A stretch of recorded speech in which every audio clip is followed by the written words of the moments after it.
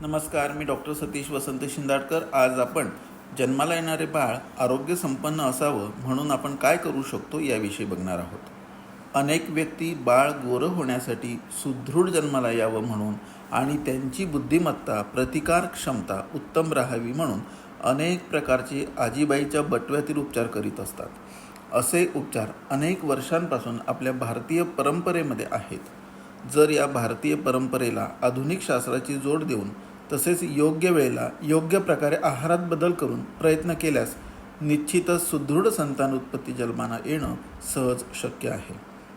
बाळाच्या प्रतिकारक्षमतेसाठी आईच्या प्रतिकारक्षमतेसाठी सुवर्ण म्हणजेच सोनं हे महत्त्वपूर्ण आहे। असे हे सोने कसे सेवन करावे याविषयी थोडक्यात सांगतो। शुद्ध सोनं 1 ग्रॅम घ्यावं। शुद्ध स्वच्छ पाण्यामध्ये उकळून म्हणजे अंदाजे 20 मिनिटं उकळल्यावर ते पाणी गर्भावस्थेच्या पहिल्या महिन्यापासून ते प्रसूतीपर्यंत सेवन केल्यास बाळाची आणि आईची प्रतिकार क्षमता उत्तम राहते। तसेच बुद्धी संवर्धनासाठी देखील त्याचा उपयोग होतो आणि बाळाच्या चांगल्या निरोगी त्वचेसाठी देखील ते उत्तम असतं। ज्याला कोणाला असे पाणी उकळून घेणे शक्य नसेल अशांनी सुवर्ण भस्म असणाऱ्या चांगल्या कंपन्यांच्या गोळ्या उपलब्ध आहेत। अशा गोळ्या अंदाजे 60 मिलीग्रॅम ते 125 मिलीग्रॅम या प्रमाणामध्ये शुद्ध गाईच्या तुपासोबत किंवा मधासोबत सेवन कराव्यात आणि हे सर्व वैद्यकीय मार्गदर्शनामध्येच असावे। रंग उजळण्यासाठी गाईचे शुद्ध तूप आहारात असावे।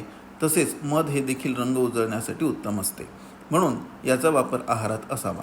बुद्धी स्मृती इत्यादीच्या दृष्टीने बदाम अक्रोड यांचा देखील उत्तम उपयोग होत असतो। बदाम हे शक्यतो रात्री पाण्यात भिजवून सकाळी त्याची साल काढून सेवन करावेत, मात्र याचे प्रमाण 2 ते 3 एवढेच असावे। अक्रोड सेवन करायचे झाल्यास त्याचे प्रमाण देखील 1 पेक्षा अधिक असू नये आणि बदाम अक्रोड यांच्यासोबत 2 किंवा 3 जास्तीत जास्त 5 काळ्या मनुका असल्यास उत्तम।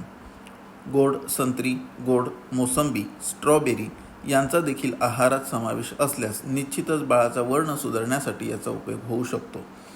कित्येक व्यक्ती केशरचा वापर रंग सुधारण्यासाठी करतात आणि ते निश्चित उपयुक्त आहे। साधारणतः 4थ्या महिन्यापासून केशरयुक्त दूध घेतल्यास त्याचा उत्तम फायदा होऊ शकतो।